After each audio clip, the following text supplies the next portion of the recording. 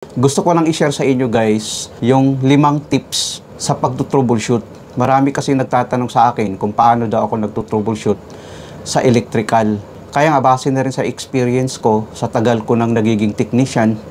Since 2006 up to present, technician ako. So mayroon akong 18 years na na-experience. So ngayon, marami nagtatanong sa akin, nag-PPM, ano ba daw ang technique ko at saka mga tips na pwede kong maibahagi sa mga baguhan kung paano ako nagtutroubleshoot sa electrical.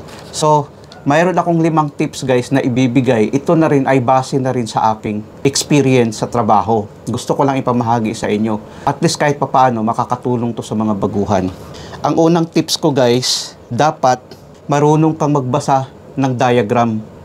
Either ladder diagram or schematic diagram, dapat marunong ka niyan magbasa ng diagram. Pagsikapan nyo talaga guys na marunong kayong magbasa ng diagram upang sa ganun, hindi mahirap sa inyo pag natutroubleshoot. Lalo na pag mayroong numbering yung pirul, madali lang para sa inyo.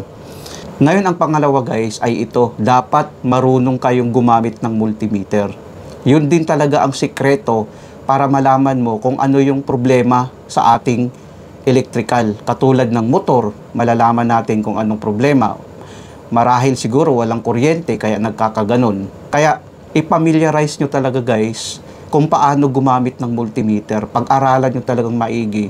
Dahil pag marunong ka sa multimeter guys, hindi mahirap sa'yo pagdating sa troubleshooting. Dapat pag-aralan mo kung paano mag-measure ng voltage, resistance at saka continuity check.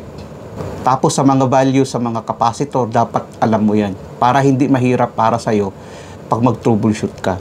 Ang pangatlo guys, dapat marunong ka mag-identify the issue.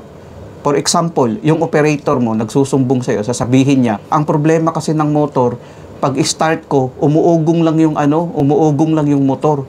So mayroon ka ng idea ngayon, bakit siya umuugong? May possibility dahil 3-phase yung motor na ginagamit sa industry, may possibility yan na baka nag-single phase yung power supply kaya umuugong. At ang pangalawa, baka naman yung worn bearing na sinasabi. Sira yung bearing o baka nag-stuck na yung bearing kaya nga umuugong. Mayroon ka ng idea. Dapat ganun guys, identify the issue, tanungin mo yung operator kung anong problema para magkakaroon ka na ngayon ng idea. At ang pang-apat guys, dapat marunong ka paano mag-analyze sa problema. Katulad niyan, pag sabihin umuugong yung motor, so ibig sabihin, mayroon ka na ngayong idea na may possibility ang problema dyan dahil 3-phase yung motor, may possibility nag-single phase yung connection.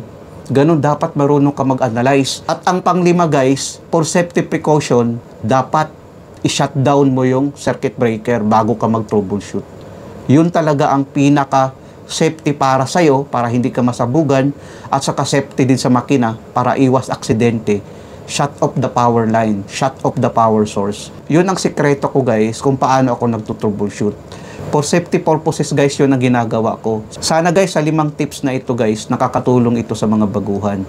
Ito ay base na rin sa aking experience sa trabaho for more than 18 years. Magagamit nyo rin ito guys, ang tips na ito sa inyong hanap buhay.